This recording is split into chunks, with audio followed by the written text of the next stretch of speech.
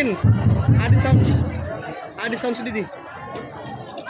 Adi sound system didi pag ko ato system dito pag audio.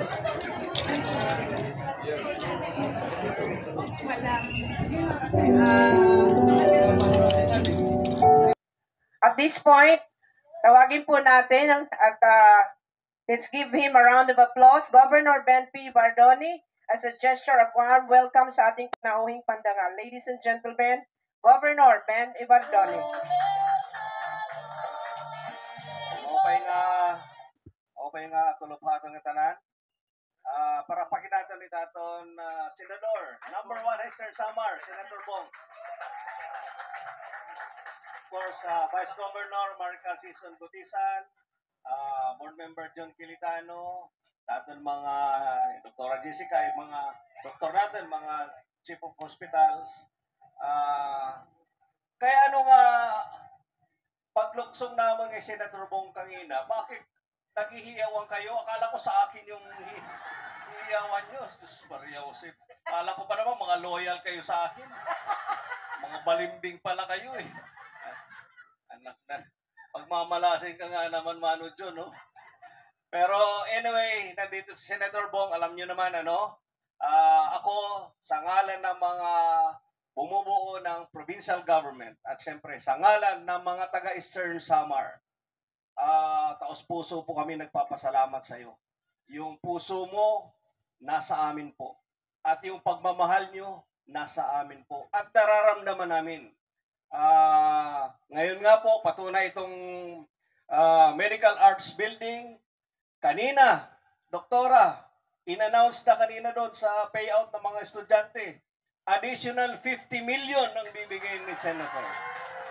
O, pinangunahan ko na siya, ulitin niya na lang yan. At ito, pag natapos po ito, papangalan natin kay Senator Ramon Aguimat Revilla Sr. Yan, napakaganda, oh. Yan ang nasa frontage pa naman itong Medical Arts Building natin. Ang main building po natin nandun sa likod. So, again, on behalf of the people of Eastern Samar, thank you so much for your generosity, your kindness, and your support, your love for the people of Eastern Samar, Senator Bong. Number 1 ka sa amin dito sa Eastern Samar. Thank you so much, Governor Ben E. Bardoni. Let's give him another round of applause.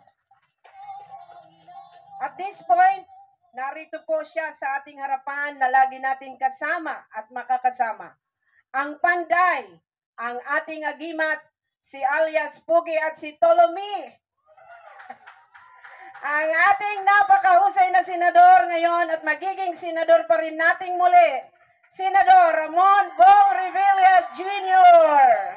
Thank you. Ang aking pagbati sa ating Governor Ben E. Bardoni. Palakpakan natin si Governor. And of course, our Vice Governor Gutisan. And to all our board members, sa lahat ng ating mga kasama rito, mga doctors, nurses, sa inyong lahat, magandang hapon po. It's really an honor to be back here dito sa Eastern Samar at iga-groundbreaking natin ngayon itong inyong Medical Arts Building. Binanggit nga ni Governor kanina, kabababa ko pa lang sa aeroplano. Sabi niya, Senator, kulang pa yung pondo natin. Sabi ko, magkano pa kailangan mo? Siguro mga 30 to 50. Tapos sinurpresa ko na lang siya. Sabi ko, I will give 50 million additional for this building. Kaya para matapos na at para sa inyo mapakinabangan ng ating mga kababayan dito sa Eastern Samar. Yay! Kaya sa inyo pong lahat, basta tandaan ninyo, si Bong Revilla po ay malapit lang. Isang tawag lang ni Governor, isang sigaw nyo lang sa Facebook, nandyan na kagad, basta kailangan nyo. Okay? Kaya, again, sa inyo lahat, maraming salamat dahil alam ko, palagi ko sinasabi to, kahit kailan hindi nyo ako kinalimutan. Anywhere I go, di ba?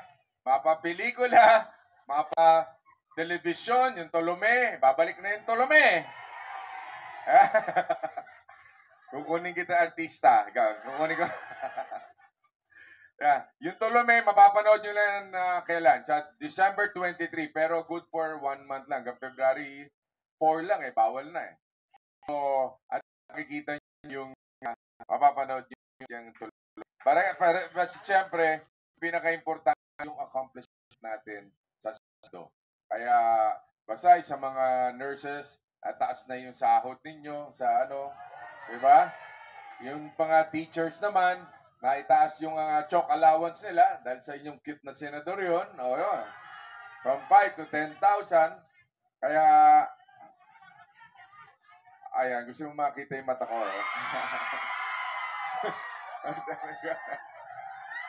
Yung mata. Ayan. Anyway, basta sa inyo pong lahat, basta tandaan nyo, mahal kayo ni Senator Bong Revilla. Maraming salamat. Mabuhay po kayong lahat. Thank you. Thank you, Governor.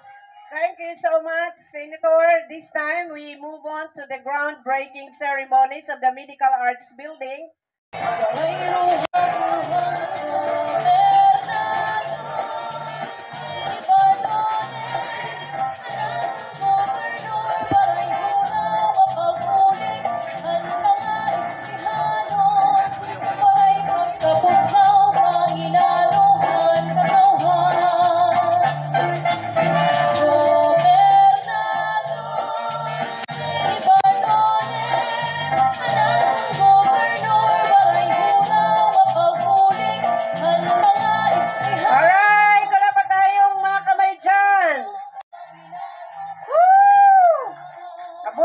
Senator Bong Revilla.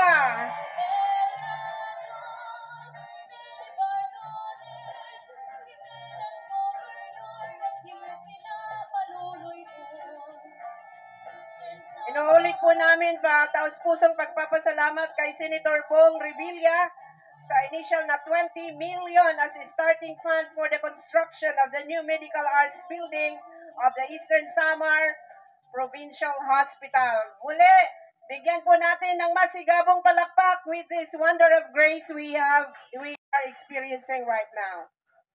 And another 50 million cold cash! Woo! First, the doctors of ESPH and the different district hospitals of Eastern Samar, maupay nga adlaw aton nga tanan. Damo nga salamat, Senator Bong Revilla. Indeed, you have shown how much you love Eastern Samar, and for that, we will always be grateful. Makikita mo ang resulta ng pagmamahal mo sa amin. Si Senator Bong Revilla, Senator Bong Revilla, babalik sa Senado. Mabuhay po kayo! Yeah! Didik iba, haloyo. Engineer Apura, can you siguro pwede dito for a while? For a while lang. Alright?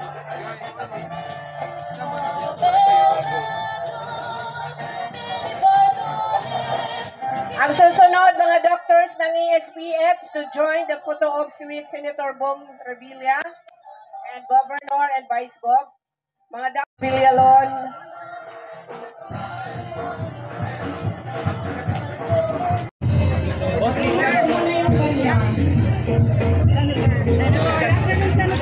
Ito po muna natin yung 50 million for next year. Additional 50 million to the Medical Arts Building at umasa po kayo. Ayan yung nilambing ni Governor. So yan, tama-tama, budget deliberation ngayon.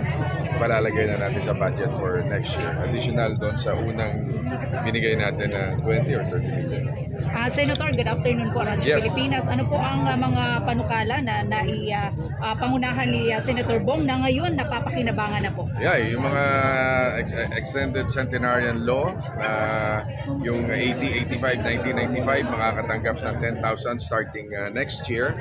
At kaya kailangan yung mga lola at lolo ay magparehistro na sa OSCA, no? At para matanggap niya yung 10,000 by next year. Saka yung mga teachers naman, yung kapipirma lang din yan no? Last 2 months ago, yung chalk allowance nila, ito yung Revilla law din, na makakatanggap yung teachers yung sa chalk allowance nila, kabalikat sa pagtuturo, ang ano lang doon is 5,000, ngayon 10,000 na. So yung mga teachers, so mapapatuwa natin. Tapos yung sa mga estudyante naman, ay pasa ko rin yun this year, yun namang no permit, no exam prohibitions law, na bawal na kumbaga hindi mo pag-e-examine yung mga kabataan, mga estudyante kung hindi pa sila fully paid. Kailangan pabayaan sila. Although kailangan pa rin bayaran yung tuition fee. Pero at least pinagbabawal na yung para masyado kasing nakakaawa yung mga estudyante na nag-aaral tapos pagdating mo sa school hindi sila makapag-exam. At marami pang batas na sinusulong natin. Katulad dito ngayon yung optional retirement para sa mga government employees na 'di ba pag gusto nila mag-retire ng mas maaga, ngayon kasi 60 years old para ka makapag-optional retirement. Gagawin natin yung 56. It's just an option para may option sila mag-retiro at the age of 56. So yun yung sinusulong natin ngayon. So yan po mga kababayan. Okay? Senator, you're running sa next election. Ano yung magiging priorities na sa next Senate? Well, the same lang. Pagpapatuloy natin yung mga ginagawa natin, basta yung makakakonect sa tao, yung talagang direkta makakatulong sa mga mamamayan, sa estudyante, sa mga magulang. Yan ang mga natin, public works. I'm also the chairman of Committee on Public Works sa Senate. So, ayan, inaayos natin dyan yung problema sa mga baha ngayon. Kaya, we're doing the master plan. Yan yung binibigyan ng attention ngayon ng ating mahal na Pangulo, na kailangan talaga yung buong Pilipinas, yung master plan para interconnected lahat. So, yun yung inaayos po natin. Maikling mensahe po para sa mga taga-Eastern Samar. Mensahe sa mga taga-Eastern Samar, basta tandaan nyo po si Bong Revilla ay hindi po nakakalimot sa mga ginawa nyo suporta sa akin. Mga pelikula, telebisyon, sa public service, palagi nyo ako sinusuportahan. Ganun din po ako sa inyo. Hindi ko kayo mapabayaan. Maraming salamat. Mahal ko kayo. Thank you. Thank you so much, Senator.